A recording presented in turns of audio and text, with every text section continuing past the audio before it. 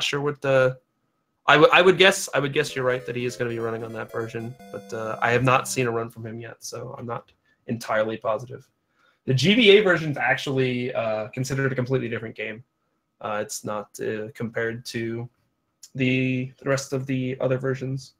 I think there were. I played through it actually recently because, well, I was bored, and there were just a lot of spots where there were a couple of tile differences in platform lengths and just random things like that. Yeah. I also know you can't clip in 7-1. If you do that, you scroll off the screen and die. Well, there you go. So yeah, runners making their way through 1-1, grabbing a mushroom right away, as that'll be useful coming up a little bit later. So Glib, tell me about P-Speed. So P-Speed works in a really way. Basically, the game checks every so often to make sure Mario's running on the ground. And if he is, they give you one of those little triangles. And when you get 6 triangles and you're still running on the ground, the game gives you P-Speed. P-Speed's good because, I don't know if you know this, but going fast in your speedrun is a really good thing to do. Whoa. Yeah, Wait a minute. Crazy stuff, I know. So our runners will be looking to get P-Speed as often as they can and use it to their advantage. And we're going to see our runners actually grab the leaf here in 1F and fly up to get the whistle. This is warpless. However, the fastest manner of beating this first stage 1F is to get that whistle and then wait for the... instead of having to fight Boom Boom and go through a slight little tiny auto-scroller room. So that whistle will be in their inventory for the entirety of the race, just chilling there, waiting to blow up their run. Pretty much. Did look like we had a small hiccup on Lutz and Rupert's side. Their streams kind of froze. Oh no, it looks like they just got them. No, we got them resynced. There it was. Yeah. Okay. Shout outs to Lutz for being a madman and going for waffle jump in a race. If you guys saw it in the castle, he kind of jumped over that atomic waffle. It's a very short window. It saves what, half a second? It's less than a second. I know that for sure. So. And if you fail it, you get hit and you lose $1 billion. Speaking of losing $1 billion, Horsedad here is getting to the Superman jump. Just getting P-Speed, which is actually pretty tight on that runway there. Saves all the time of having to wait for that platform to go along the track. Gets to the end of the stage that much faster. And it looks like we've got a triple flower over there from Ace. That's really interesting to see. And yeah, so we see Roop having a little bit of trouble. Oh, and he actually jumps a little too short. High fives the Koopa and takes a death. Yeah, one thing about the Superman jump, kind of like what Glib was explaining with P-Speed, that hole in the ground actually can make your P-Speed there a little wonky. Because if you go over that at the wrong time, like Rupert just did there, if you're going over that on the, 8th frame, I believe, when the game checks that, is Mario on the ground? And it's oh no, you're over this hole, so the game doesn't give you an arrow, and you'll basically lose your speed and have to kind of double back like Rupert just did there. Yeah, we see Ace unfortunately taking a death there towards the end. He's going to be using the tail. Oh, takes another death. He's going to be using the tail. That's kind of his strats to begin with. Is he does a lot of the tail strats. Big fan of the tail. But I think in this situation too, having that little extra bit of control in the air, probably going to be something he's going to be looking out for. Yeah. We see Horsedad and Lutz both going into the Larry fight here. Looks like they're both going for the fire kill. 10 fireballs will kill off a Koopa Kid, as well as 3 jumps, but the fireballs for most Koopa Kids are a little bit faster, so most of your top runners you'll see going for those fire kills, and both Lutz and Horsedad pull it off nicely. Yeah, very nice fire kill on both sides. One thing to note about the tail, actually, while we have a second, everybody's in cutscenes and an auto-scroller.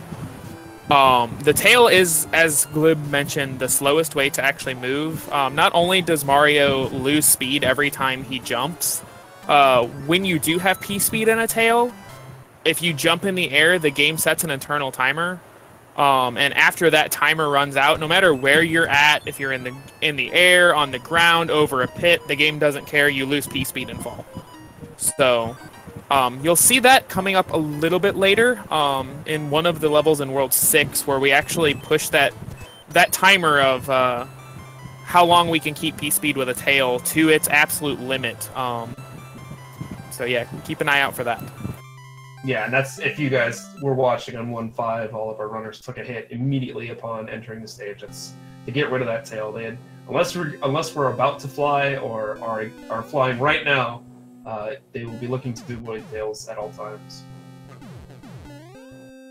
2.2 is kind of a little bit of a troll level. The fastest strat is not really RTA viable because it relies on getting P-Speed there, and keeping your flower kind of relies on subpixels. So we just do the slide strat there. Unfortunately, sliding and that moving platform are a little wonky, so you can kind of end up in the water on occasion, like Horsedad did there.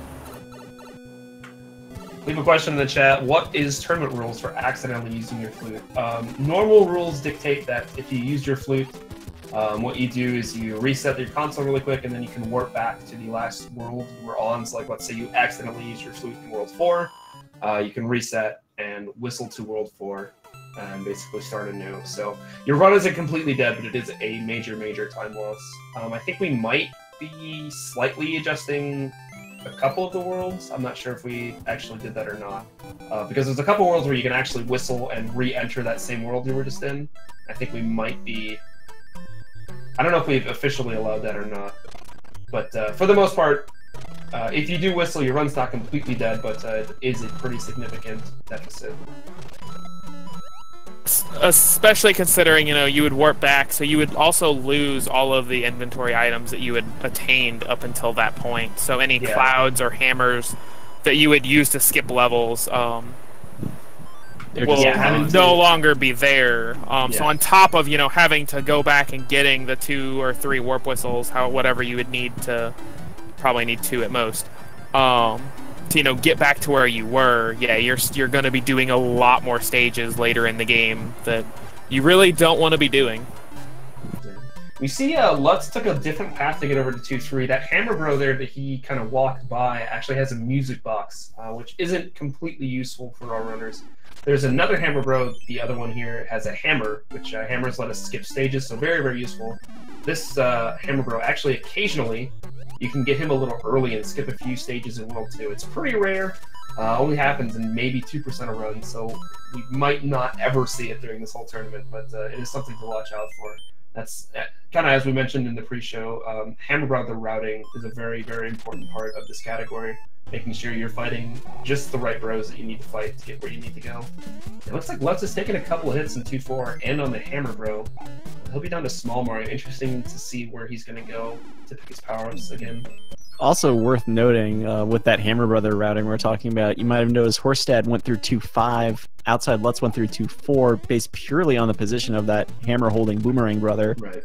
Both stages, I think, are close enough to the same length. You're basically going to chase the Hammer Brother. Yeah, 2.4 done optimally is slightly faster, but if you have to do a few extra movements to get to the Hammer Bro, you're better off going to 2.5.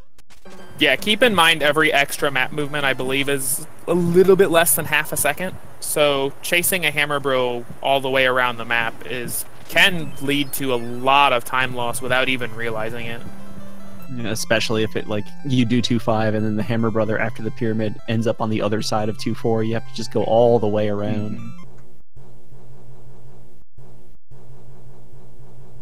So it looks like Horsedad's got a slight lead going on to Morton's airship. Lutz deciding to just, I guess, grab a mushroom here. And he's going to have to grab a fire flower probably in 3.1, possibly also in 3.2. But that's, as we mentioned, the tail not super useful, so most of the time in this game you're going to want to have that fire flower. It lets you kill enemies quickly, lets you take bosses out quickly. It just, all around you're going to want to have your fire flower. Yeah, one thing to note about these airships that, you know, we're seeing some of the runners on right now. There's actually nothing on these in any of the auto scrollers that are truly random. All of the bullet bills will fire depending on how close you are to them, or I guess they only fire if you're a certain distance away from them, more specifically. and the cannonballs and flamethrowers are set on a level timer, so they'll always go off at a certain time in the level. And then each Koopa Kids pattern is actually based on the amount of time it takes you to go from the last stage you completed until you enter the pipe. So I didn't actually see, did Horsedad get the fire kill there? I believe he did. Okay, so yeah, he had one stomp, but he got the fire kill. Okay, yeah, so normal kill there. Yeah, so a lot of top runners actually know what pattern they're going to get depending on where they leave the overworld map, like where they enter the castle from. Because you're on an auto scroller. As long as you don't mess up your map movement, you're going to get there at the same time every single time. And it's pretty lenient. It's on a frame rule kind of system, so you do have a little bit of leeway on when you enter the pipe. But yeah, like I said, most top runners know kind of what patterns they're gonna get depending on what situations, and they know how to fire kill from there. Yeah, it's basically like the boss will, after so many frames, jump, or after so many frames, will shoot. So those windows can be fairly lenient. It kind of depends. Some of them are tighter than others, but yeah, it's usually, you don't have to be exactly frame perfect in your movement to get the pattern you want, but you will more likely than not be able to get one if you have pretty solid movement. We see Horsedad going for 3-2 P-speed. One of the probably most advanced strats. Looks like he's nailing it. It's really well done there. It's very, very tight timing to get that P-speed to begin with, and then also to maintain it while bouncing over Cheeps that have, at times, very questionable hitboxes. So well done there. We see Lutz doing kind of the non-P-speed variants of that. We see Roopert making his way through 3-1 as Ace has just entered the World 2 airship. Yeah, 3-2 is... Sorry, go ahead, Kev. I was just going to say, going through 3-3, finishing it before we can even really talk about it, it's one of the 2 boss pass stages in the game. I'm just used to, the old casual strats. You've got all these coins here. It's very easy to get through it with P-speed that way. And everybody here just making it look easy. Unfortunately, Lutz kind of missed a jump there and took a hit. Lost his fire. That's it's going to cost him a little bit of time on this next Boom Boom fight. It is a little bit slower to jump kill Boom Boom, as you see Horsedad you see Horsedad entering the fight, killing him with 5 fireballs. Now, Lutz is going to have to jump on him 3 times, which is, I want to say it's about 5 or 6 seconds slower. It's a little slower. Yeah, it's a couple seconds at least. I'm not sure exactly how many. And also, these Hammer Bro fights that are coming up as well are going to be a little bit slower. I didn't see, did Horsedad get a runaway Hammer Bro? Have we talked about? I don't see another Hammer Bro on his map, so he might have gotten a runaway. So the bridges in World 3 are actually very important. You'll see them go up and down every stage that you finish. And optimally, you'll clear all the early stages and also fight both of the Hammer Bros and have the bridges set up so that you can cloud over 3-6 and go straight to 3-8. And it looks like, yeah, Horsedad unfortunately getting a runaway Hammer Brother, so he's going to have to take a death here to set the bridges right again so he can move over to 3-8. And hope the the Hammer Brother is at least nice and doesn't come back and get in his way. Yeah, we've seen that happen. I mean, everybody's seen that happen before, where he's in that spot and then you die, and then he comes back over, you have to fight him, and then die again, so you finally set the bridges up right. So a little bit of unfortunate luck there for Horsedad, but it looks like he's still maintaining his lead at the moment. Fire is pretty nice to have for the Wendy fight, but seeing as he didn't get a power-up here in 3-8, it looks like he's just going to forego that and deal with the jump kill. It's not going to do anything in 3-8 is terrifying with Boss Bass swimming around down there. Yeah, 3-8, unfortunately, a very, very scary stage with that one-hit Boss Bass, and if you do die in that stage, you basically go backwards and have basically thrown away your cloud. So definitely a stage you want to avoid death on. Looks like Horsedad is going to play it slightly safer here, pick up a mushroom in 3-9. But unfortunately, I would not be surprised if he picks up that leaf just for the Wendy fight. Yeah, unfortunately, the power-up on the World 3 airship is a leaf, not a fire flower, so he'll have to be without a leaf for at least a few more stages here. I do want to say, as Lutz gets there, shout-out to the H jump. Yeah, Lutz making that H jump look easy. Maintaining P-speed, very precise jumps to get all the way over there without losing it. one of the more difficult stages, and Lutz executed it very nicely there. Another thing to note is he did skip that star. A runner like Horsedad probably doesn't need that star. I'm sure he probably skips using it somewhere else anyway. But that is something to keep in mind. He is down an item in his inventory now.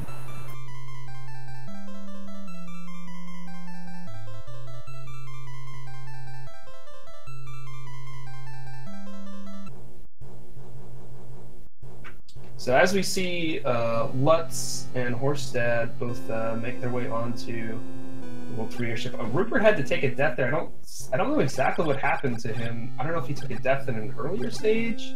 It looked like his bros didn't run away or anything, but he did have to take a death, so I'm not sure exactly what happened there. And AceOfArrows making his way through 3-1 now. He's picked up a Fire Flower. He's moving along nicely with it. Ooh, Lutz taking that hit. Yeah. Ooh, that's unfortunate. He's gonna miss out on the fire kill here. Wendy, one of the more difficult and scary jump kills, but one of the easier fire kills. It's one of the ones that most people pick up immediately upon winning the game. But it's one of those kills where the more aggressive you are, the better it is. We see Horsedad fighting now, and yeah, he's just going straight for the hits, not allowing Wendy to shoot off more rings. That's what really makes the fight scary, is when there's 3 rings floating around, Wendy's jumping everywhere. So if you can be really aggressive, get those hits in before she shoots off the rings, it makes the fight a little less scary.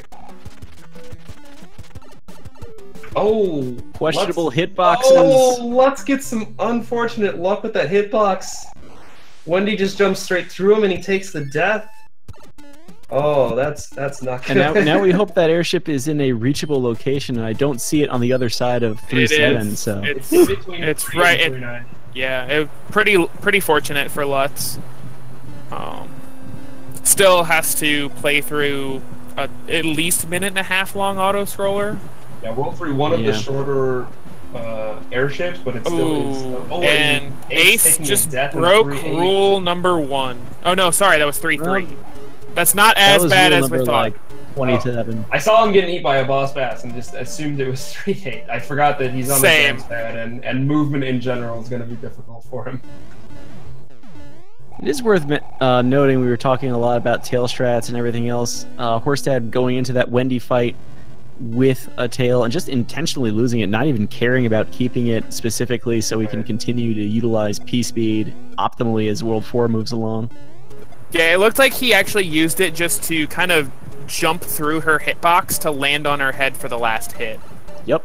Yeah, and as we saw from Lutz's perspective, that was a good call, as sometimes these Koopa Kid hitboxes just don't exist.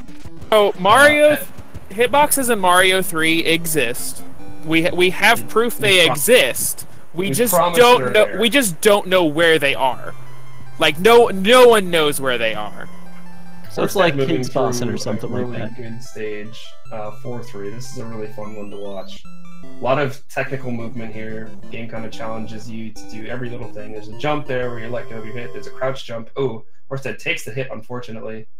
But yeah, we ran a poll to see what people's favorite stages were, favorite strats, and I think 4-3 showed up on nearly all of them, or a vast majority of them. So 4-3, a really fun stage. I think most runners really enjoy it. So I also, to catch everybody up, we did get confirmation from the chat. Roopert accidentally ran off the ledge in 3-4, so he took a death there, which is why his bridges were all messed up. So to get everybody caught up in that.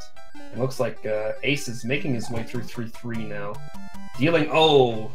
You had to look. I know. The commentator curse is real.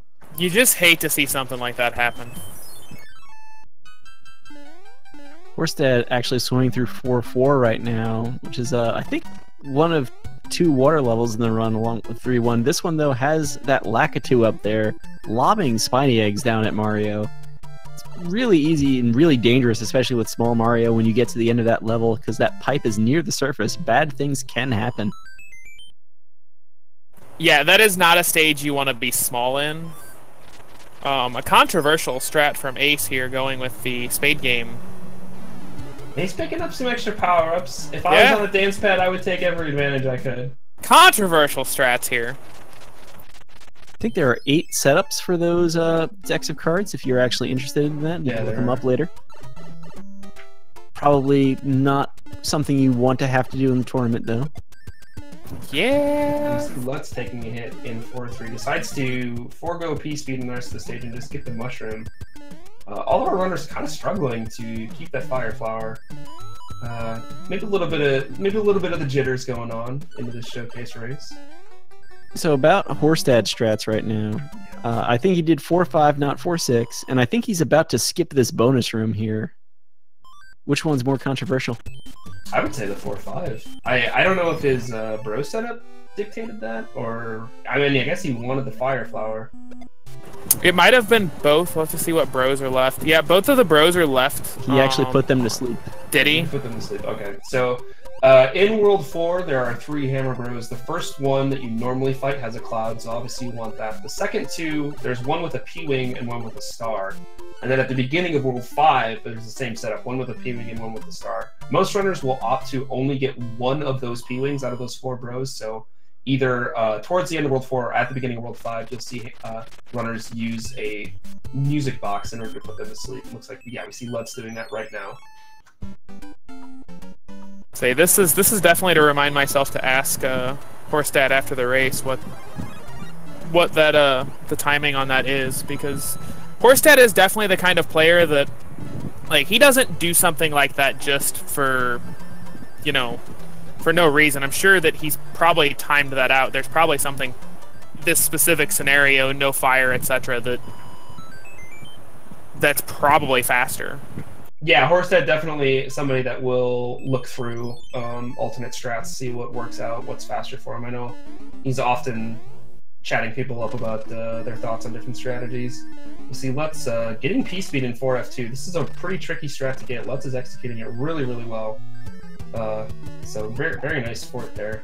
As Rupert makes his way through 4-6, he's going to pick up the star here and just basically use it to run through all the enemies towards the end of the stage. And this whole time, Horsedad's on the World 4 airship. Yeah, I mean, I thought you were just ignoring the end of it without having to mention it. One thing to note about Lutz, he is, since he did get P-Speed and, you know, he didn't pick up any other power-ups throughout the rest of World 4, he's going to be going a long time without a Fire Flower. Yeah. The next Fire Flower that doesn't lose a billion to pick up isn't until, what is it, 5-7? Yeah, is that the one that's not an auto-scroller? I'm really bad at numbers. Yeah. So yeah, he's basically going to be going through the entirety of World 5 without a Fire Flower, and he's also basically gone through the entirety of World 4 without it, so... Really clean Iggy fire kill there from Horsedad. Very nicely done. One thing to note is you see Lutz is picking up just some seemingly random number of coins. I guess we haven't mentioned it yet. Coin chips are a very real danger in this category. Basically how they work is if your coin count is a multiple of 11, say 66 coins, and the 10th digit of your score is that same digit, in worlds 1, 3, 5, and 6, that'll spawn a coin chip. So throughout the run, runners will be using either different coins to adjust their coin count, or hitting different bricks maybe to adjust their 10th digit of their score. Basically anything they can do in order to kind of avoid those coin shifts. It's not usually something that's too worrisome if you're paying attention to it, but the second you take your eye off of it, it seems to happen. So it's something to always keep your eye on. You see Ace taking a death in 3-7, deciding just to go to 3-8. I think he's just trying to get through the rest of this world, as I think he's used his cloud already once, or he's maybe saving it for a later stage. I'm not sure what his routing is with the dance pad.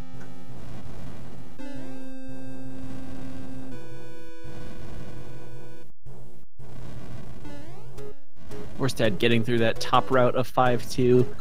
Now, Glib, and also I think you guys have spoken about there's been some routing of the bottom half of 5-2 and whether or not you want to do it, and I believe the fastest strat is to actually kill Mario and restart the level. Yes, there is. We one time joked about, hey, I wonder if you could go through the bottom part of 5-2 at any sort of speed, like what would be faster? And Cujo took the joke either took it seriously or took it to the next level, actually did a P-speed route of the 5-2 bottom, and found that it was slower overall than just taking the death and restarting the stage. That's how slow falling down in 5-2 is. It's a long, slow descent into the pit of despair, and you also have a very, very difficult bottom half of that stage to navigate. So definitely something to watch out for. One of those big turning points could be a fall in 5-2. See Roopert finishing off World 4 as Lutz is moving his way through 5-1, and Horsedad heading up into the tower, one of the more technical stages of the run. Keeping your P-speed out of all these pipes is very difficult to do, and there's kind of specific movements you want to do after every pipe to maintain your speed. You see Horsedad taking a little bit of a step there to maintain his speed there. He's going to take a little jump here to get it back again. So just really, really precise movements to keep your P-speed and save those little extra frames in every little segment here.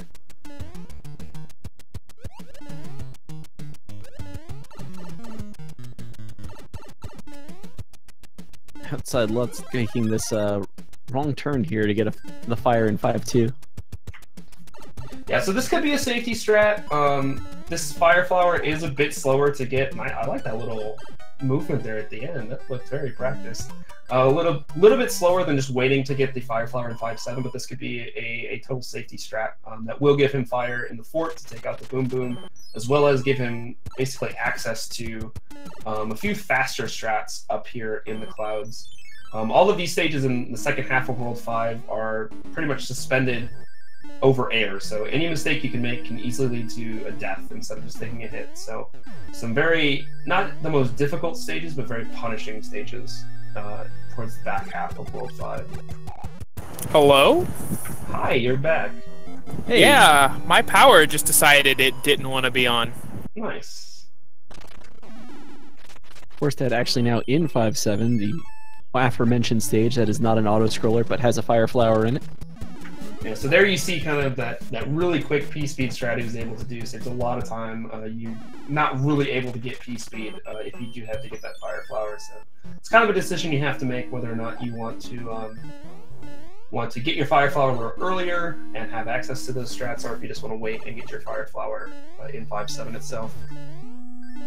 Well, looks like I got back just in time for Roopert to complete the best stage in the game. The ground fort is one of my favorite stages. The way the waffles, everything just kind of line up on cycle. It looks so cool. Ground fort in World 5 is probably one of the more fun and easier levels to kind of work out how to keep P-speed throughout it.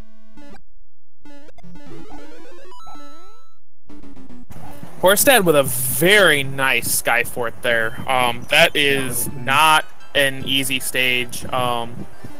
As I'm sure Glib said earlier, the sky, there's a lot of open pits in all of these stages, except for one, and that would be just the one fortress that is encased in lava. Because you know what's better than lava on the floor? Lava on the ceiling. Really, you never have too much lava. This is Wendy's fight here. He does get through it. Very nicely done. That he had the second ring go off, but he was quick enough to get Wendy on that third hit without her shooting the ring. So nicely done by Ace there. So we see Horsedad moving into the World 5 airship. Lutz with a very nice P-speed get there on 5-5. Yeah, 5-5, one of the more difficult stages to get that P-speed right away. You got to really manage your P-meter well and kind of abuse that fact that the game only checks every so often to kind of be in the air when the game's not looking, essentially, and be back on the ground before the game looks again.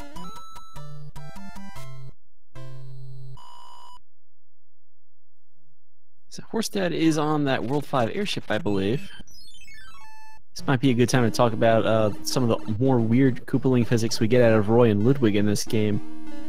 Basically, they can shake the ground whenever they land out of a jump. They don't take very tall jumps like the other Koopalings. And if Mario hasn't jumped when they land, he's going to get stunned.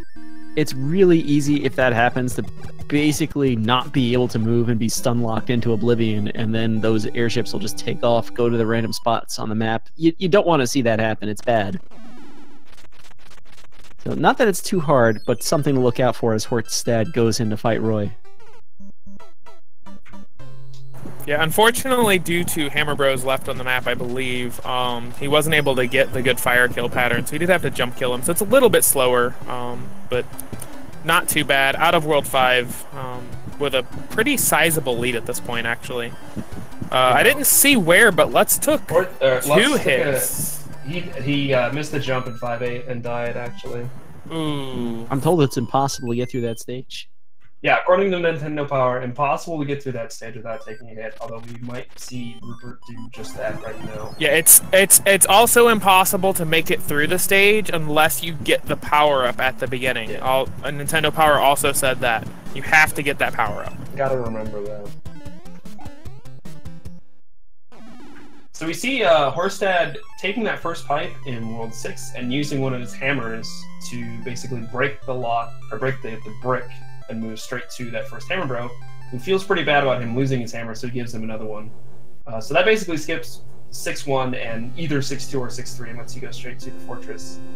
So definitely the most useful, other than an early hammer, the most useful hammer used in the route. We see Ace taking a death in 4-3, unfortunately. Looks like he's going to fight his Cloud Bro now. And Lutz and Roopert duking it out on Roy's airship here. Alright, and Horsedad's going to try and grab this star here and take it all the way into the Boom Boom room, and something fun's going to happen. Everybody say hi, Boom Boom. Bye, Boom Boom. And then when you kill him with the star, I believe, Glib, you might be able to explain this a little bit better than I can. Sure. So, Boom Boom has a really weird amount of HP. It's like 31 or 32 or something like that. And the way that the game checks this is that if you shoot 5 fireballs at him and put his HP down to 27, that will spawn your normal orb that you see. However, the star does damage to Boom Boom every frame. And so it actually underflows in a way, or overkills Boom Boom. There's kind of a couple different ways to look at it, and actually puts his HP down to 0. And when his HP is 0, it immediately kills him instead of him doing his little explosion animation and spawns an upside-down orb for whatever reason. It's actually something you can do with hammers as well. You can get kind of that insta-kill on Boom Boom, but I think other than like one fortress, I think like 8F is like the only one that it might ever show up in. At least in current routing. So. 7-4-2, I believe. Is that another one you can do that with? I'm not sure. You can have the hammer stuff to say. We see Horsedad moving through 6-5. 6-5, one of the first stages that requires you to fly to get through, so this is use of a P-Wing to make that a little easier. And actually, he did some very precise movements there in order to despawn one of the nippers up at the top there, not having to carry that shell all the way up, allows him to get through the stage even faster.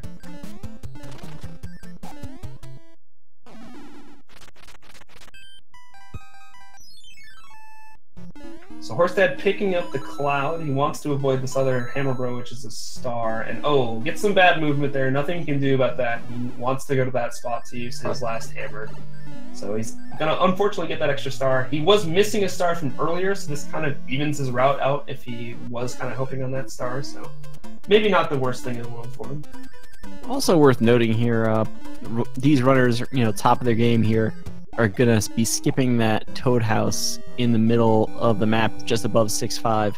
You can get a hammer suit there for later. It's an easy one to get for killing Bowser. We're going to see a lot of fire kills, we hope. Yeah, it's definitely a good safety strat for newer runners. I know a lot of newer runners get that hammer suit. It is faster, like Bowser does die faster to hammers than he does fire. Ooh, Lutz taking an unfortunate death there. Lutz got the P-speed strat in 6-3, which is a very difficult strat to get, but then unfortunately doesn't jump quite far enough to hit the P-switch and takes the death. Oh, we see Horsedad taking a death in 6-8, trying to get P-speed there. And Roopert just clipped through a block and died. I'm pretty sure he just floor clipped there. Shoutouts to Mario 3. What a really video game. So, yeah, basically what happened there was Roopert hit the exact wrong pixel, on the corner of that block that was on the ground, and when you hit that, you just kind of fall through the floor. There are a couple places where runners will try to use that to their advantage. The last fort in World 6 is one of them. 7-7 in Hundo. It's faster to ground clip into a pipe. But yeah, that's obviously not one of the places we want to use it.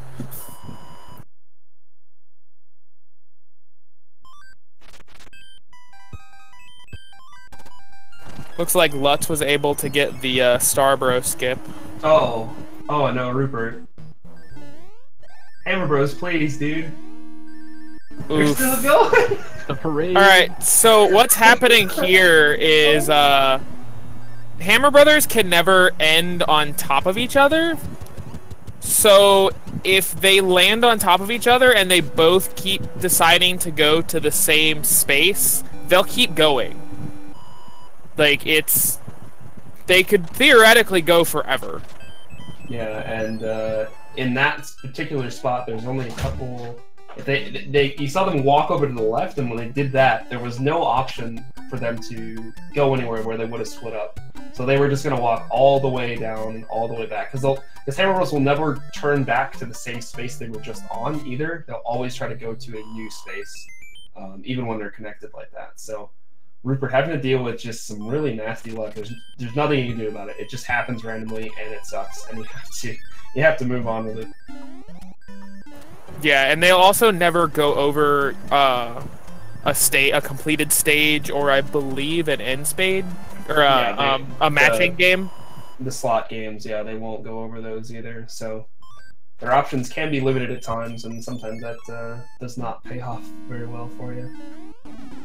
Yeah, I've definitely seen World 6 is probably the easiest place for them to marathon like that. World 4, I've definitely seen a fair share of forever marathons. Yeah. I've seen, Karua, where he's fought all three bros back to back to back because he fought one bro and then the other two marathoned all the way across the map to his location, landed on him, and he fought both of them.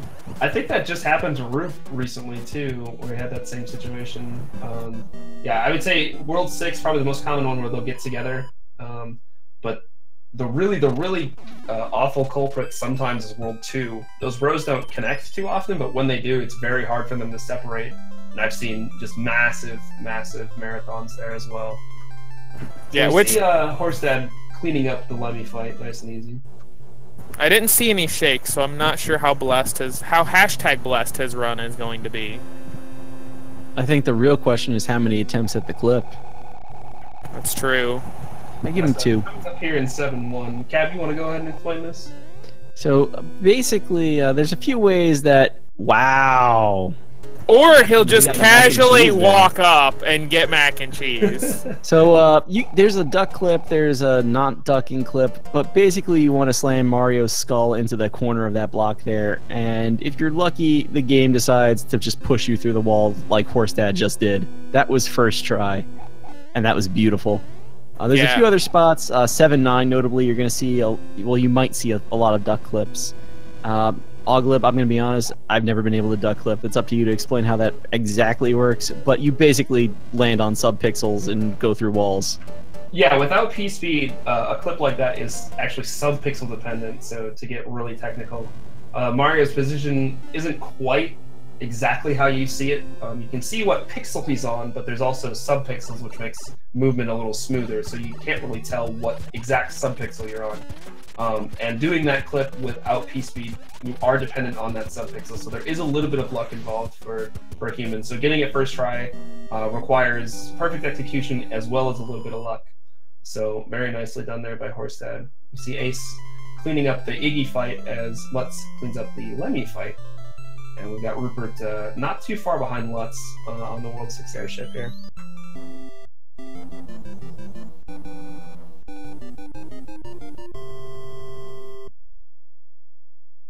World 7 and World 6 not so much, but World 7 really is kind of the point in the run where you just empty your inventory.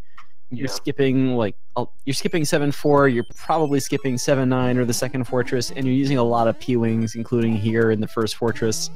Another one of those levels that you're required to fly in. This fortress is kind of intended to be sort of this puzzle of where's the exit, and there's a well-hidden Tanuki suit in the stage somewhere.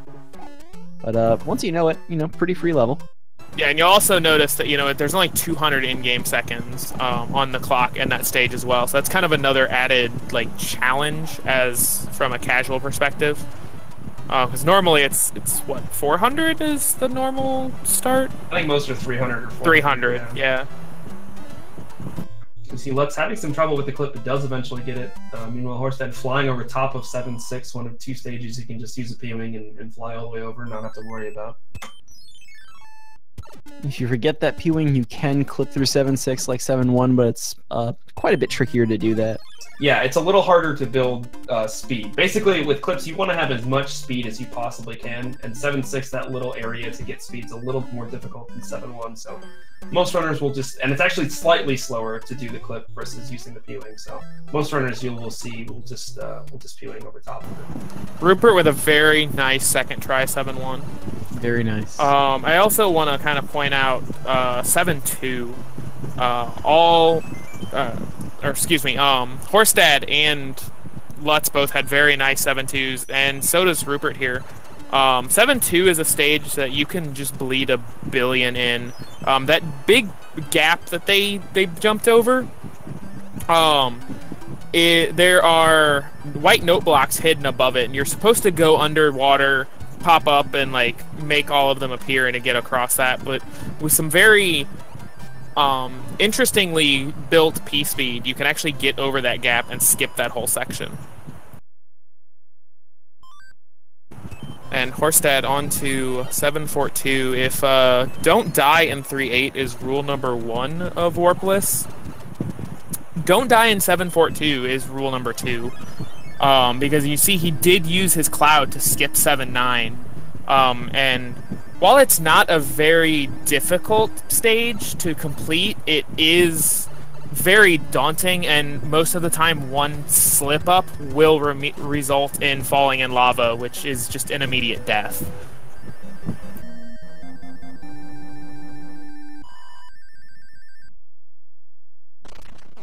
Yeah, so now we see Horsedad onto the World 7 airship.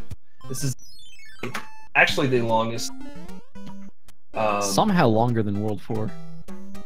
Yeah, World 4, although it moves twice as slow as any auto-scroller, this World 7 airship is just that long to where it will take just a slight bit longer than World 2 or World 4. The nice thing about this airship, though, is there are 2 power-ups on it, both of them fire flowers, so basically no matter how you come into the stage, you can always leave it and enter into World 8 with fire flower. And depending on your route, a lot of people do end up coming into the stage small, so it's a very nice way to kind of get your power-ups back and get yourself prepared for the final world. Yeah, it's such a long stage. They were able to fit 2 power-ups in it, which was kind of them.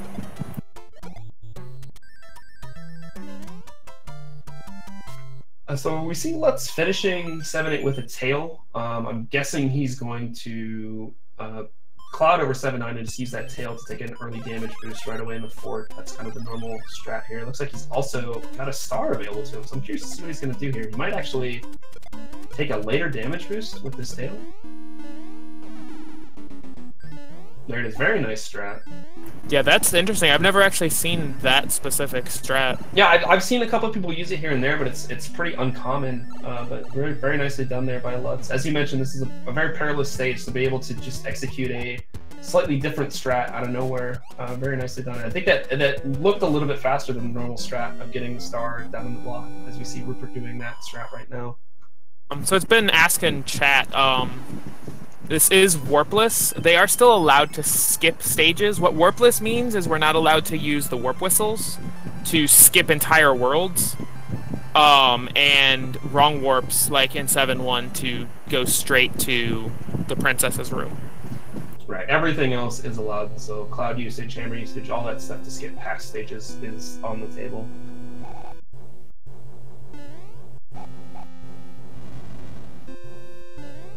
So we see Ace taking his time here at the end of the tower. Not a bad call. I wouldn't want to play the tower on a dance pad. I definitely wouldn't want to play it twice. Looks like he's out just fine.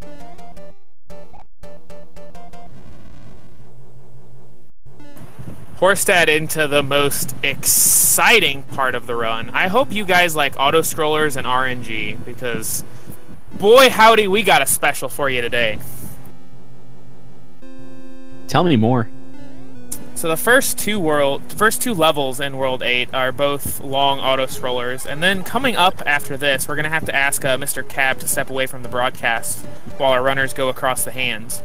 Apparently, if I'm watching a stream, the first hand likes to come out a little more often. I think you're getting a bad rap. That first hand, it just, even though they're 50-50, that first hand's 95%, I swear. I think you're just the scapegoat in this situation. Let's break the curse right now. It's gonna get Horsedad now. I know. I've set it up I've set up the breaking of the curse too much to where now it is going to actually happen again. Ace snagging that Tanuki suit, looking swag. So yeah, as pointed out in chat, first hand is actually 99%. 90. Oh wow, it's been updated. Unless your run is dead. Yeah, then you never get it. If your run's already dead, then it's like, oh no, we skip over it. So no hands, easy peasy.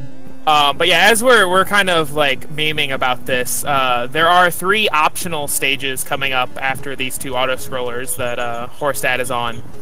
Unfortunately, the option is not ours. As you cross over these next stages, the game has an independent 50-50 chance of a hand coming up and grabbing you and dragging you into the stage. Horsedad, with actually a little bit of luck to save time on the this auto scroller, the boomerang bro gave him what we affectionately refer to as rangless, where he moved forward and held on to that boomerang just long enough that Horsedad was able to snipe him out with a fireball before he was able to throw, because you can't actually, like, the stage won't end if there are any projectiles from an enemy on the screen. So even if he would have thrown that boomerang and died immediately, you'd still have to wait for that boomerang to fly off the screen, which is about 2 seconds, I believe? Yeah, like 2 to 2.5, depending on where he's standing when he throws it. So yeah, free 2 seconds. Easy every time. Just get lucky.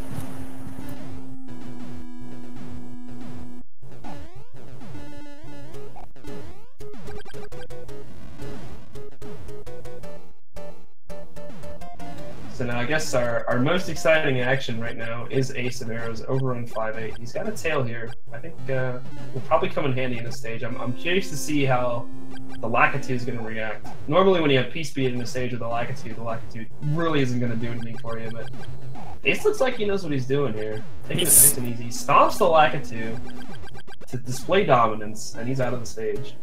He does have the Nintendo Power strats. Nintendo Power does say it is impossible to make it through that stage without the tail. So here we have Horsedad coming up. Place your bets. There was some boat swag. He'll get. There was some pretty good boat swag. Cab! Once you doubted it, the hand needed to be shown. So this is unfortunately the longest of their 3 hands, I believe. I believe it's first, then third, then second. The second being the shortest. I can't draw out the second and third hands though. That one just that happens on its own.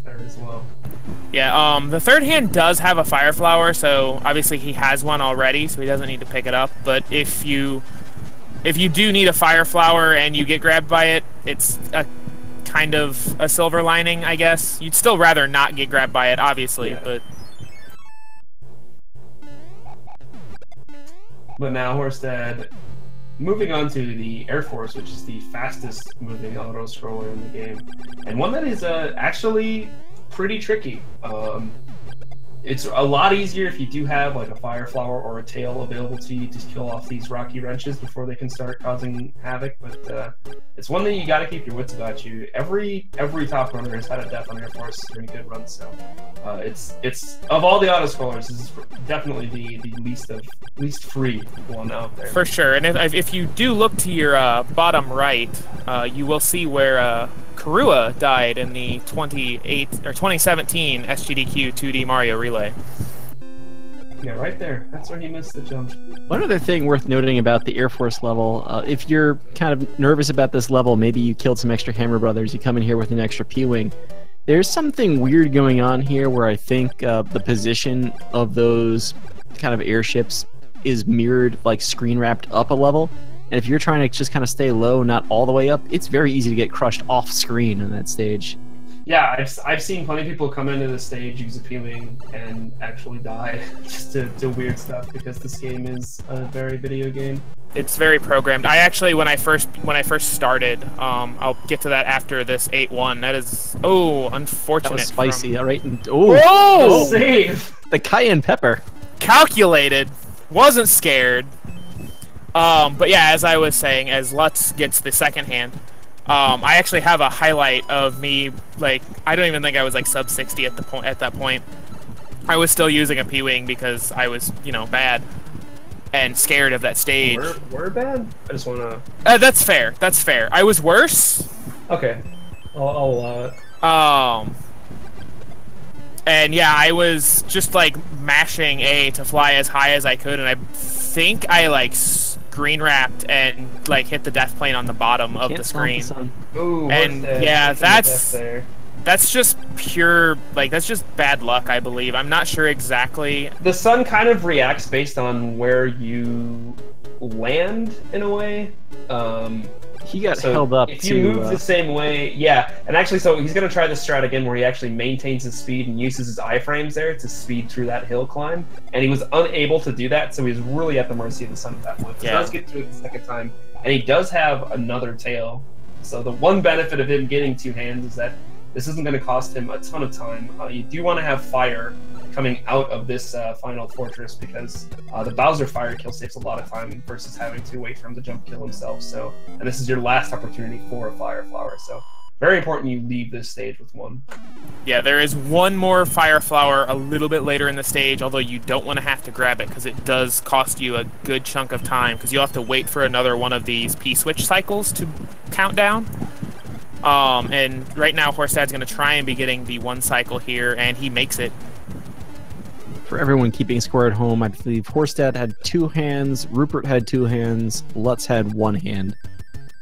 And Lutz with a very nice 8-1. Yeah, that stage is not easy, especially on a good run. That's the one thing about World 8 is you get here on a good run, and there's just, like, it's auto-scrollers, and then RNG, and then some of the hardest stages in the game.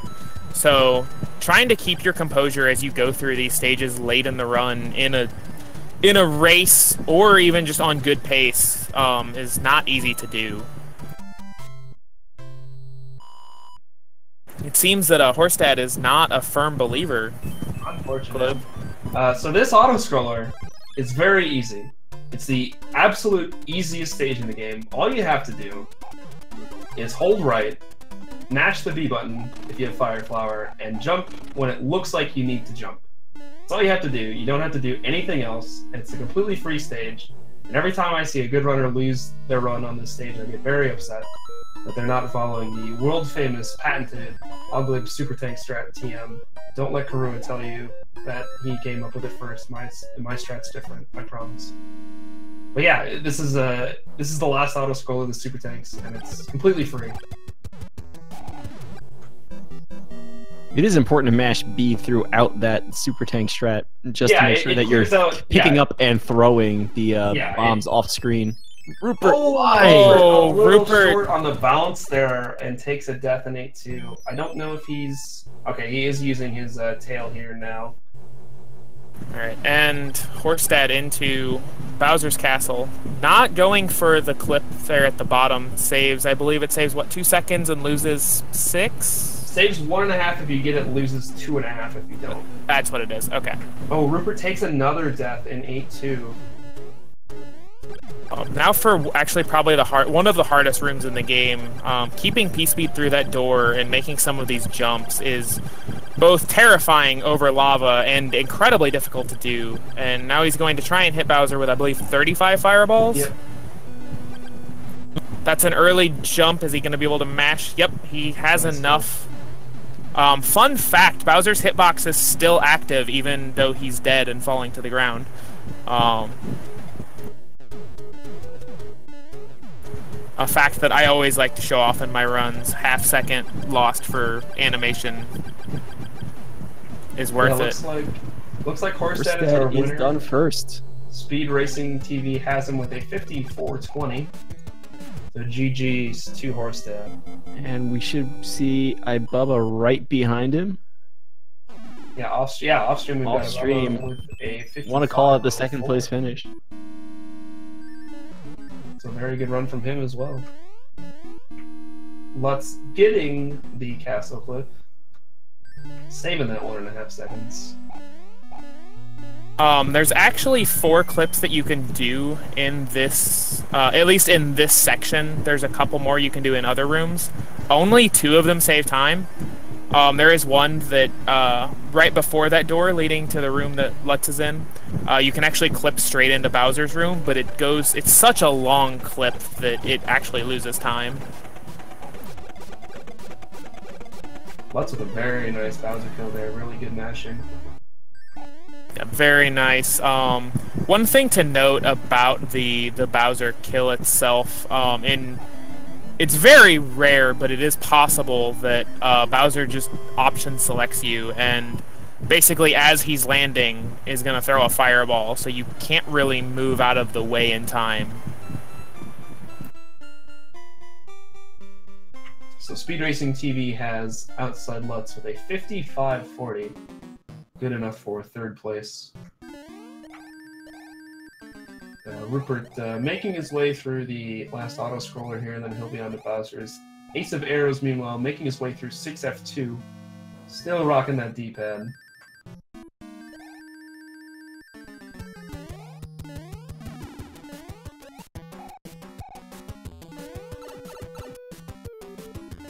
Boom Boom. Boom Boom getting a little hyper there. Boom Boom on Ice coming soon to a theater near you. A little too much for Ace to handle there.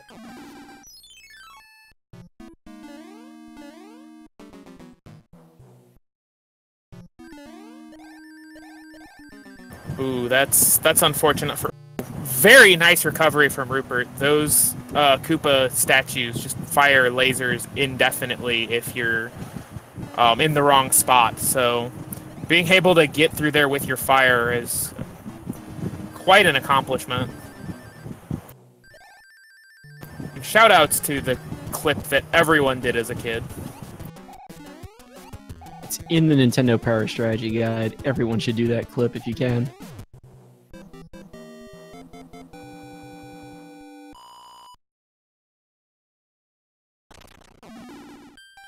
Let's see Rupert's fire kill.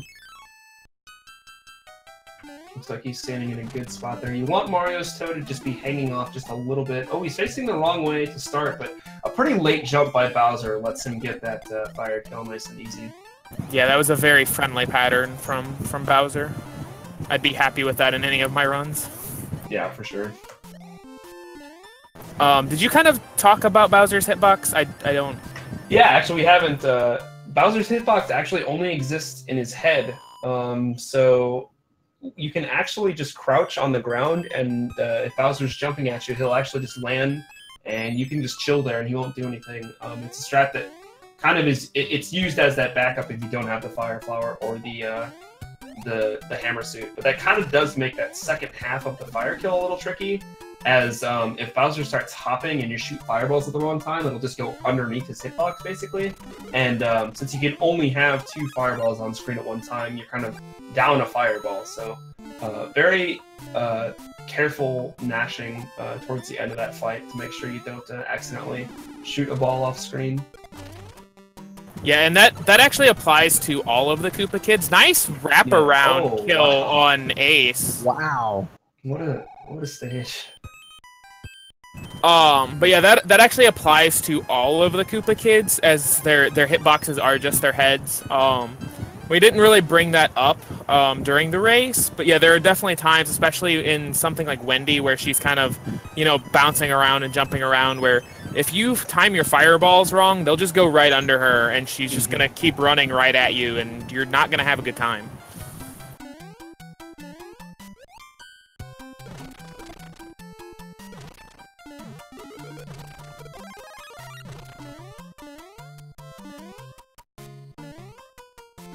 I guess one thing to note in this stage that Ace is in, we kind of didn't talk about it in 6.5, is you can actually use these white blocks. These white blocks are programmed very well, in that they're background sprites, or they're background objects until they get picked up, and then they become sprites.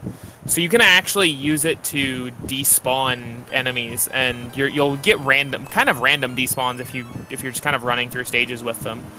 And it also causes a ton of lag in some stages, especially with the what are those throwing enemies called? I apologize for not respecting the lore. Spikes? No. So spikes are the ones that throw the spiky balls. What are the names of those guys? I can never remember them either. Oh, he's taking a death in 6F3.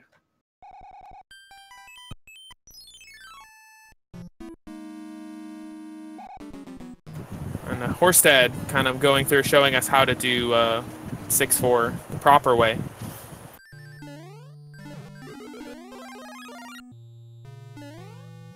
Yeah, so this strat actually, the early P-speed is actually sub-pixel dependent. Based on what sub-pixel you're on, there's two different setups, and you kind of just have to guess at it and hope that you get it. So we see Horsedad just kind of showing off how that hopefully works. Looks like he's not quite got the right setup for the sub-pixel he's on. Or he might just be practicing the normal strat, I'm not sure.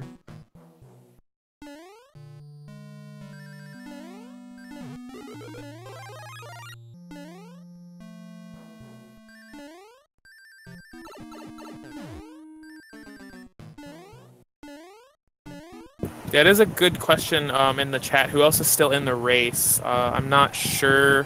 I really only see Proa007, who just threw a few hammers at Bowser. And looks to be finishing with about a 102.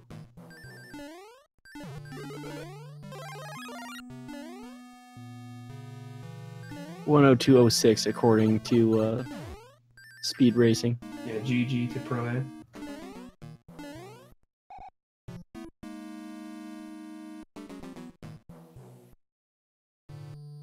I know we had another big race yesterday. Yeah, we did. It was a nice race between, I think we had 15 runners in it, all 17. 17. Lutz winning that one with a 53.36. Yesterday, kind of a weekend, easier to get the big hype race together, but we're still able to get this showcase race on the air tonight. With the dance pad, no less. Roop showing off the P-Wing strat there, flying underneath the stage. There's a lot of just really bizarre things you can do in this game. It is a very video game for sure.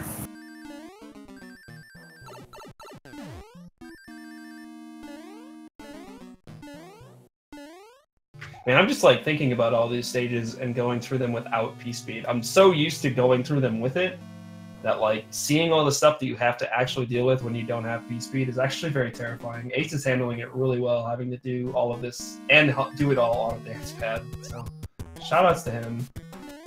I'm sure he's having a great time. Oh, he just misses the jump on the Boom Boom. And Boom Boom is really coming through in World 6 against the dance pad, which is actually really encouraging to see. Boom Boom, I mean, you know, we all love Boom Boom here, but inevitably in Mario runs, he's kind of, you know, shows up, gets stomped 3 times, and explodes, and it's over for a little while. I don't know. He did pretty well at SGDQ last year. You tried. I mean, I got it. It ain't making me laugh, but I get it. I mean, of course not. You were on the losing team. Ooh. Meanwhile, Ace is busting out the hammers. Hammers are fun. They kill just about every enemy right away. And actually, he might be able to get a really, really quick Boom Boom kill here.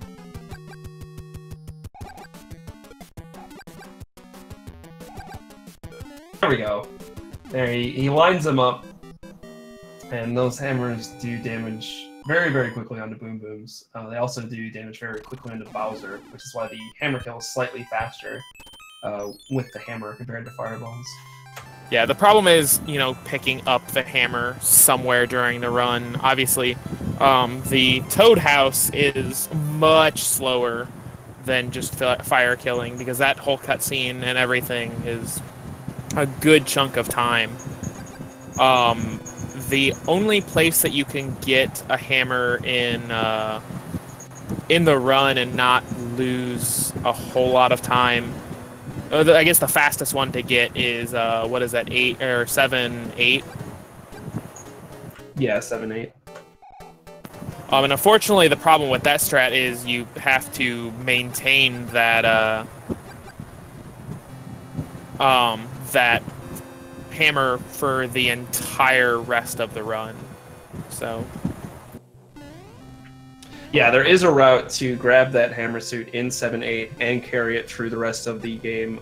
Very, very difficult strategy, and I think the jury is kind of out on whether or not it's actually faster. And if the time difference between the hammer suit route and the fire kill route is very, very small, so it's a huge risk to take. But we will see it.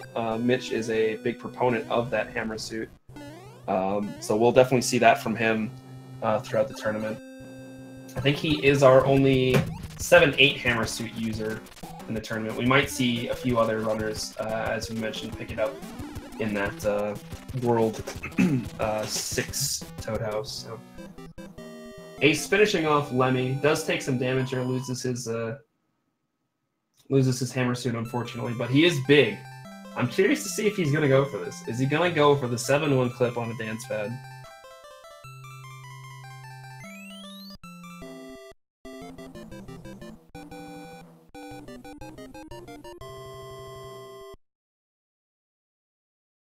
Really unfortunate thing about those hammers is that they don't work on the Koopalings, as far as I can tell.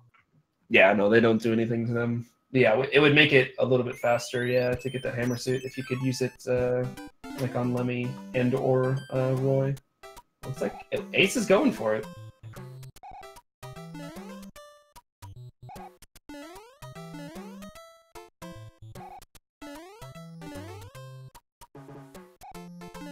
I mean, I guess the one bright side of Dance Pad is you can't accidentally press up and go through the door.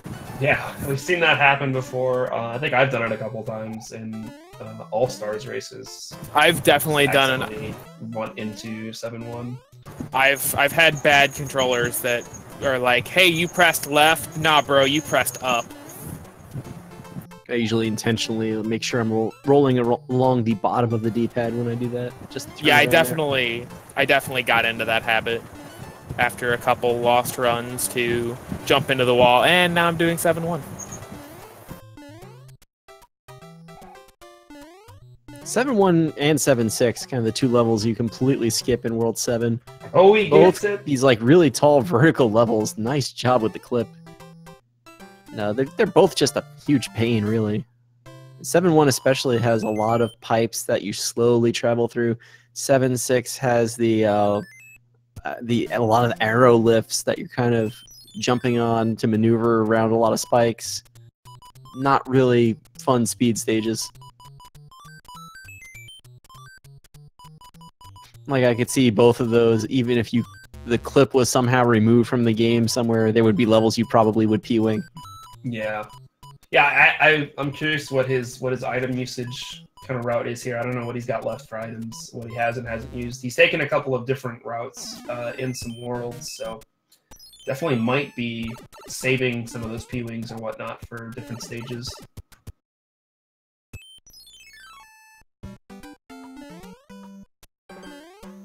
I do know I have been told that, like, as a backup, especially if, you know, when I was running the game, like when I first began the game, you know, always tell new runners to pick up, like, to fight every bro. And that was also one of the backups that I was taught was you have an extra P-Wing, use it in 7-1. If something happens, the fight goes bad and you don't have big, at least. Mm-hmm. going into World 7, because if you can't clip, obviously P-winging it is going to be the fastest, just because obviously it's the fastest way to get through that stage, is to just fly straight up. Yeah, you still have to go through the stage, but since it's vertical, you can fly up through it. That's a little faster than having to take all the pipes and whatnot in it. So we see Ace taking the safe route. I pretty highly doubted he was going to get for a 1-up. Grabbing the 1-up, making sure he's extra careful here. Maybe he's going for the Mr. Cab 55 lives. Oh, he's lost too many for that.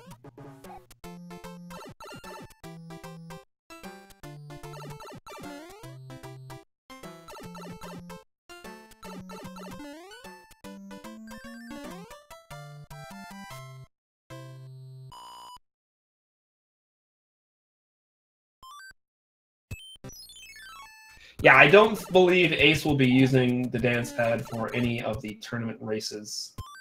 He is a fairly accomplished runner on a controller, so he'll more than likely use that. But you never know. You never know what he's going to do.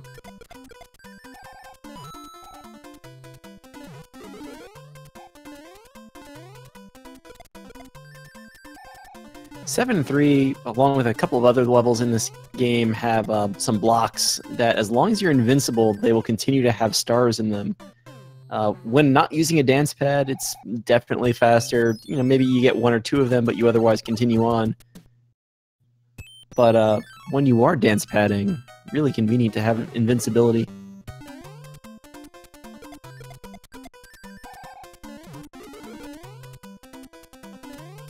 I think 5-7 is actually a level that does that, but there's no starting star, so you have to enter the level using a star from your inventory to trigger it. Oh, really? That I had no idea. Yeah, the question mark blocks at the beginning have some stars, and then a lot of blocks as you go along do as well. Huh. Well, there it is. Yeah, I believe both of these blocks there over that like little mini pipe both have stars in them as well.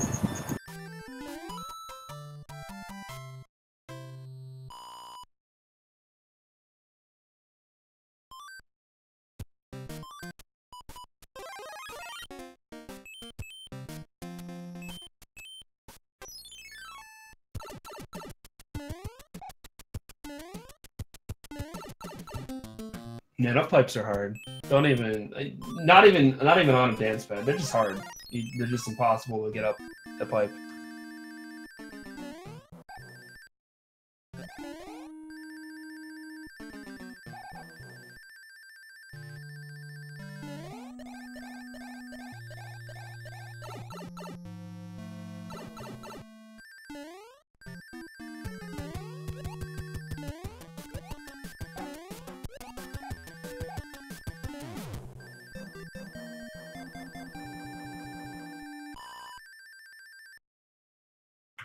Actually gonna take a look here, real quick.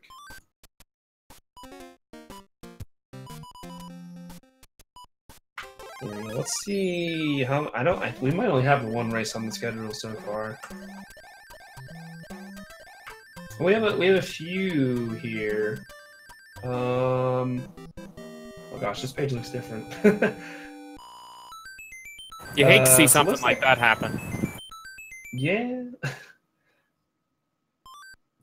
Don't hate to see that.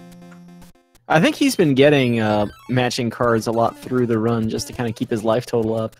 Yeah, I've seen him get a couple of triple stars just to make sure. I mean, that's perfectly understandable. You have no idea how many times you're going to die with this. Have we actually talked about getting 3 stars? We have. Why don't you tell the crowd about it? So, I'm sure everybody's noticed by now, and a lot of people will remember from back in the day, if you get, at the end of every stage, there's these cards there, and it kind of flips around between mushroom, flower, star, mushroom, flower, star. And if you get, whenever you get 3 of them, you get at least 1 1-up. If you get matching cards, much like the sort of spade panels on the map, mushroom you get 2-up, flower you get 3-up, stars you get 5-up. But it takes a whole lot of time for that little animation and fanfare and everything else to play. So, in addition to that, and the other little caveat to this, Generally, if you have P-Speed and you just kind of charge straight at the card and jump into it, you're almost always going to get a star. I think there's a couple of like weird corner cases where you don't. Yeah, it's just due to how the game loads that. Right. It doesn't load it until you get to a certain part of the screen. So if you come in with P-Speed, you're always going to come in at the same time and hit it roughly at the same time. So you're almost always going to get the same result. Right. So generally, when you start watching enough of these runs, you're going to start seeing, you know, usually for the second card, you'll see the runner kind of jump at it or somewhere hesitate to try and get not a star. You try and get it, of course, not on the second one first, so that if you still do get the star, you still have another chance to avoid the fanfare.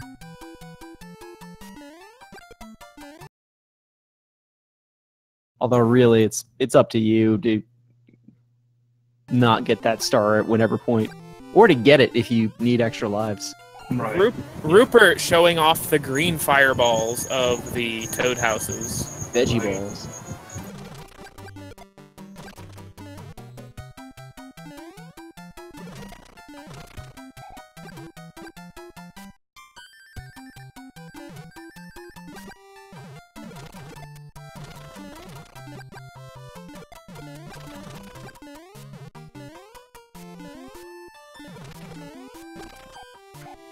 So here we see Ace kind of moving through the maze stage of 7-9. You can see how this is definitely a stage you want to avoid normally. But low risk of dying, I think, makes it a strong candidate for one you do in a run like this. I'd be pretty shocked if he goes in the 7F2. But we'll see. Every step is a mystery here.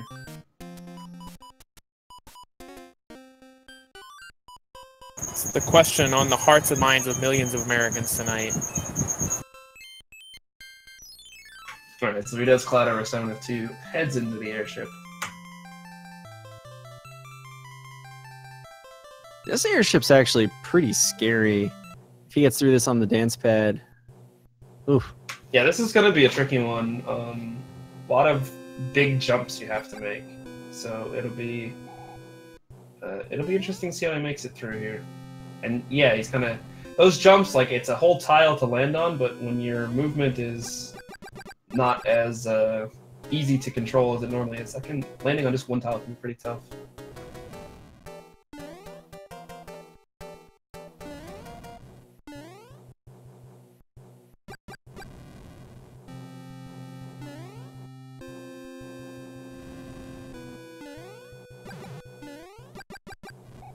Well, looks like he's through the first half okay.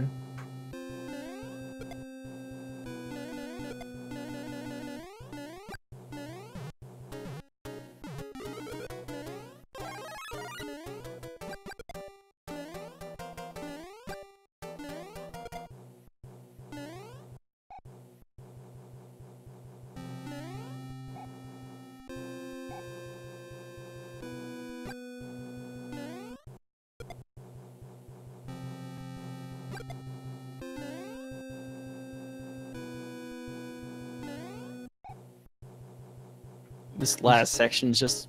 It's not as scary as it might look, but still you have to make use of these bolt lifts, and these ones, it's a lot easier to not have to use, but the next set... Yeah, the first and the third ones in that kind of set of three, pretty useful to use. The second one you can jump over, and then here you've got to navigate across a couple of them here. Oh, that last jump was pretty close. It looks like he's through, but now after all of this, he's got the Ludwig fight. So we'll see how this goes. Ludwig, another one of those Koopa kids that does stomp the ground. So. Oh my goodness.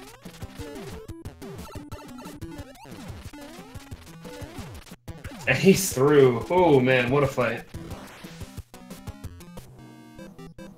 I have no words. That was amazing.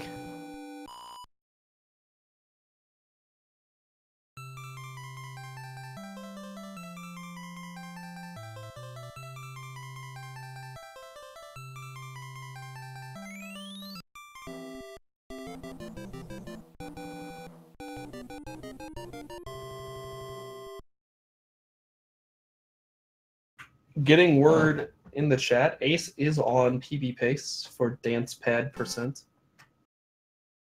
Dance Pad Warpless? I don't know what the official category name is.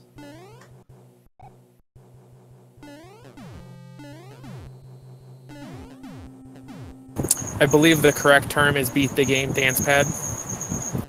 I mean, wouldn't you'd use the warp whistles then, though? Sorry, beat the game warpless dance pad. You know how we get with any % around here, okay? Any can be a number of percentage, so it's allowed. Although dance pad is not a number, so it can't be a percentage, I guess. Somewhere Trogdor is just like his senses just went off. Trogdor, Author Blues, Blunt Bunny. I think those are the percent Illuminati. What percent of runners would you say that are that 8%? Would you say? I would say it was about any %. Yeah, it's definitely any %. Not 100%. Would maybe low %? It might be a low %. I mean, there could be less of them, so technically we could get a lower percentage. Yeah, you're right. You're right.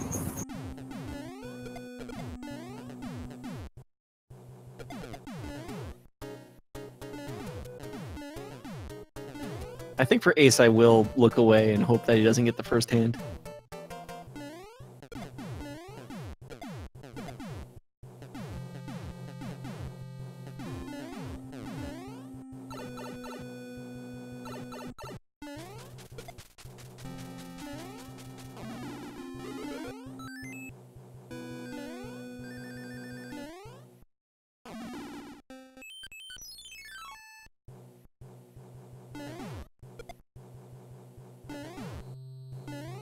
So I don't think he's going to go for the boat flower. Oh, he ran over there. That block over there will have a fire flower if you come in with just Super Mario, but it is nigh impossible to get normally, let alone with a dance pad. Yeah, it's a pretty tricky strat to grab that. It is a normal strat in the any % no long warp category.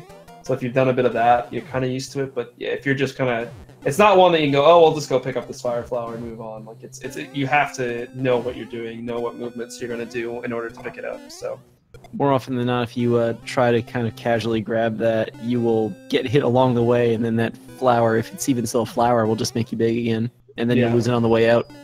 Yeah, it's a pretty good bait casually, but you can get it.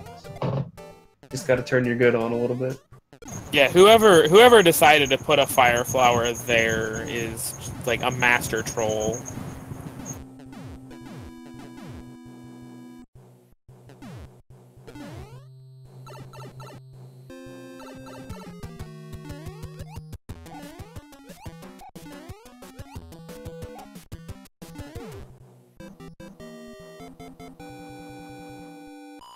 All right. How many hands will AceOfArrows get?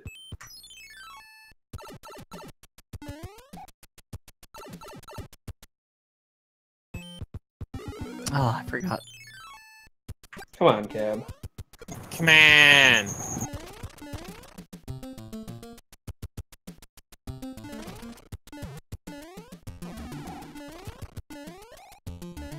Sorry, everybody. We get to see the Hammer Brothers hand again. Up pipe still impossible. There, he does get in. Yeah, I guess another thing we never did really mention in World 4, those giant bros, much like Ludwig and Roy, they've been hitting the gym, they've been getting the gains, and they also slam the ground and stun Mario whenever they land, if he is also on the ground. I'm not sure where okay, there he is. It's like, I'm not sure where AceOfArrows is. I'm not sure he knows exactly where he is, but he's somewhere in the air. Yeah, I feel like he. Sorry, I feel like he was also unsure where he was. And that also kind of shows way back at the start of the race when we were talking about the P-speed mechanics. Interesting strat. Goes back for the second. I guess he just wants the tails as backups. Yeah, interesting, controversial strats here. Controversial strat there to go back for a third hand, but hey, it's his run. But yeah, as we were saying earlier, you kind of saw in that third hand how, you know, he had P-speed and he was in the air, and after that, the timer ran out, the game was just like, alright, bro, you fall to the ground now.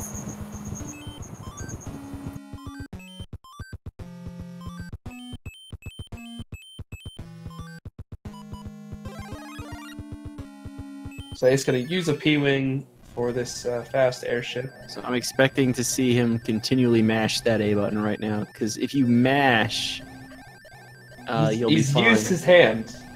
He gets the hand down there to mash the button more. Invalid run. He's got a double mash with both feet here. Let's go. Yeah. I mean, he needs to be careful. Right. Yeah, this is the part of the anime song where like the girl starts singing really, really fast, and then it's just like, just right, like just really, really quick, like 180 beats per minute, and you gotta hit the button every beat. Yeah, he does need to be careful. As I said before, this is actually what I was doing way back when, just mashing A. If you fly too high, you can actually like wrap around and hit the death plane from on top of the screen. Looks like he makes it into the pipe though.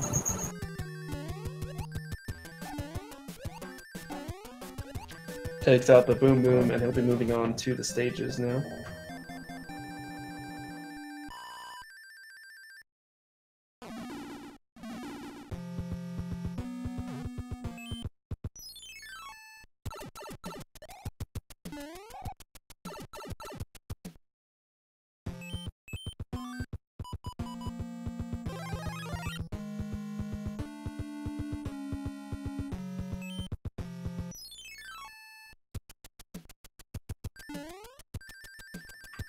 So using a cloud to skip over 8-1, is then going to take the sandput down in 8-2. There's actually a little area that will take you close to the very end of the stage and doesn't spawn the sun, so it makes the stage a lot easier.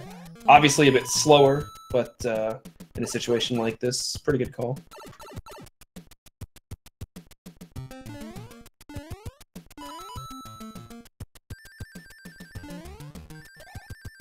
Okay, looks like he's out of 8-2.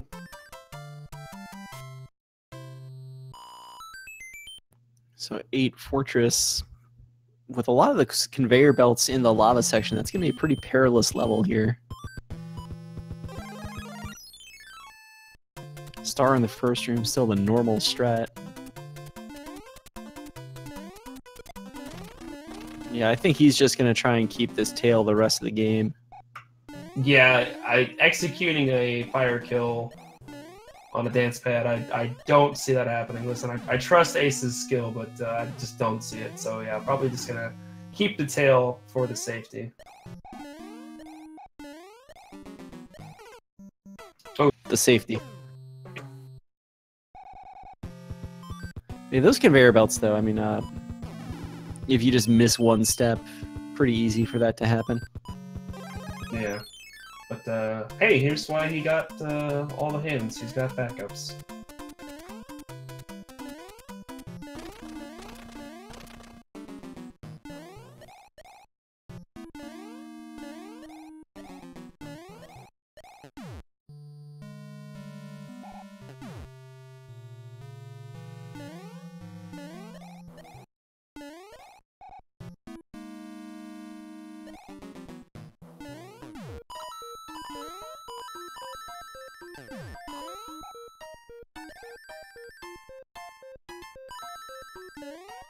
Oh, just misses the one cycle. So here's the kind of intended strat, is to hit this P switch and to go into this door. But as you can see, he does have to wait out this P switch timer now.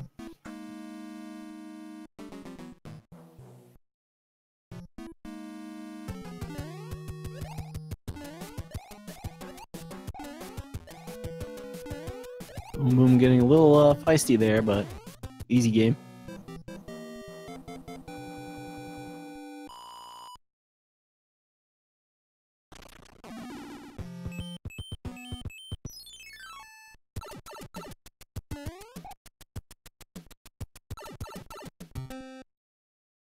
Alright, so one more auto-scroller, one more stage to go. I believe you can still perform the strat with a tail. Like, it will still work just fine. Yeah, you can. You have to time your tail whip, so you can't just, like, spam it. Yeah, you can't, because when you're on the edge of the screen, the fireballs will just continually come out. Whereas with the tail up, there's a little bit of a downtime between them, so you would have to time them. Honestly, as long as you jump on the moles here, you're good. Yeah. Mashing B will take care of the bombs.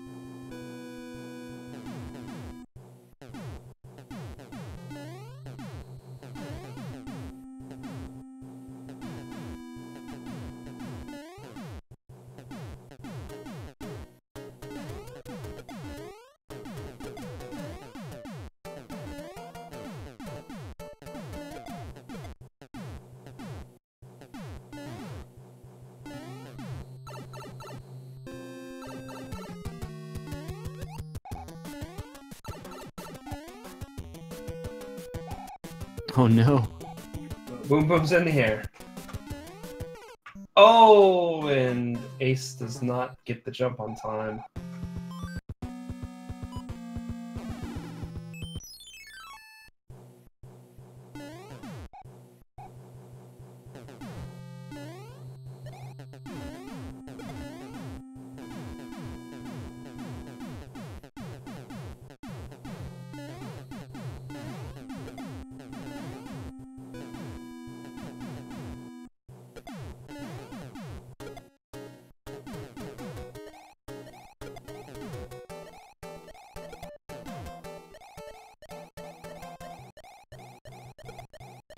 He's not quite spamming it, but he is up at the forefront of that screen.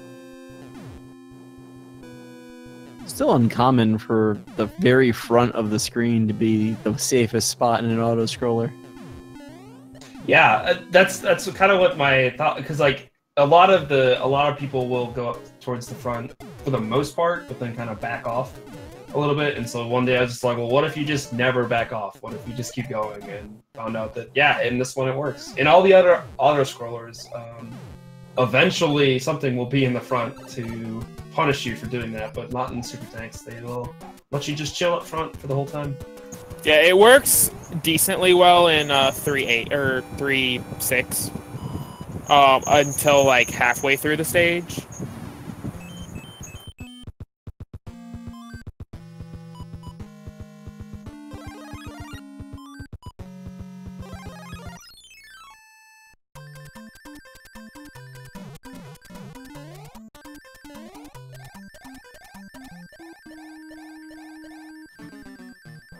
So Ace busting out another P-Wing in order to make things a little nicer for him here in Bowser's Castle. Are we going to see Fireless Bowser? I mean, he doesn't have fire now, and I don't think there's any way for him to get it unless he finds something new. No. Fireless Bowser. I don't know. We'll have to wait and see here. I think doing this clip would be really hard to do, to get into... Or do you need to crouch for this clip, or can you just do it like the one-up clip? I can't remember. I'm curious to see how he's going to pull this off. You need to clip for it, or you need to duck for it, but it's really easy. Oh, like, yeah, you have to crouch there and then get up to the statue. Yeah, but with a I was gonna say, yeah, with a P-Wing, no, that's not that hard to do. And so here we see Bowser's hitbox only existing in his head. Ace can just crouch here and really not have to worry about anything. Might get hit from there, but that should be alright. Yeah, Bowser can sometimes shoot a fireball really close to the ground that'll hit you, but most of the time, it's not too terrible of a spot to stand. And you see, he does move over to the left just slightly, and now it's going to be really, really difficult for him to take a hit, so he should be fine here. Alright, one more jump, and he's made it. We made it. Video game.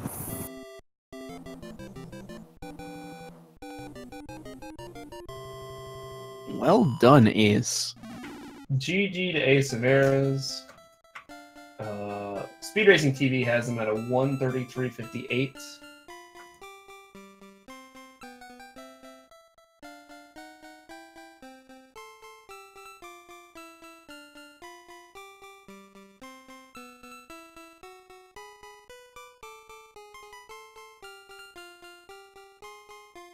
And that's a PB that by a is minute 14.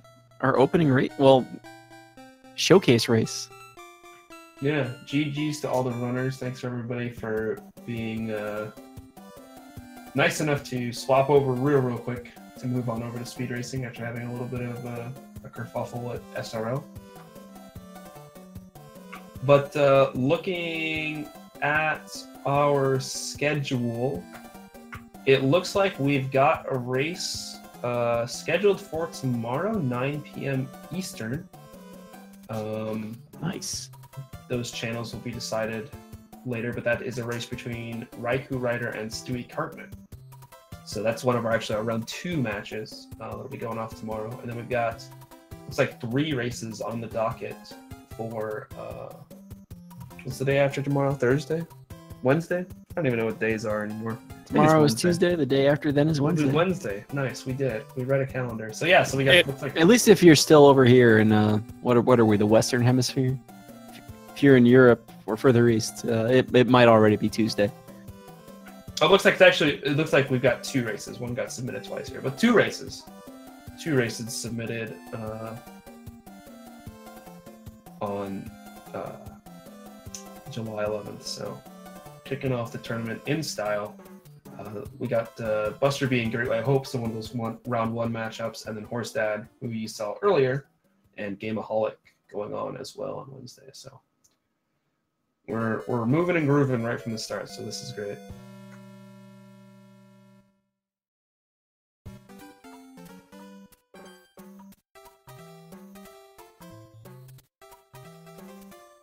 But with that, I think that was going to wrap it up. I don't think we have anything else going on this particular speed gaming channel. Just want to thank Lasso and Cav for joining me in the booth. Yeah, it's been fun. Thanks for having us. I want to say shout outs to Tech too, you know, working with us to get that bracket on screen earlier, working with the layout to get everybody on stream here. Always thank Tech. Yeah, huge shout outs to Speed Gaming for hosting this, as always. We don't deserve the hard work you guys do, so thank you guys so much. Yes, definitely pay attention to the man behind the curtain. Great job, guys.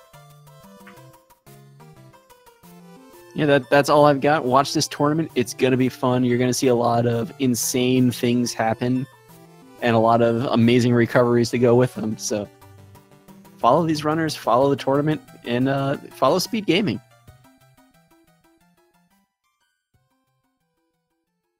Have a great night, everybody. Bye. Good night, everybody. Don't lose fire.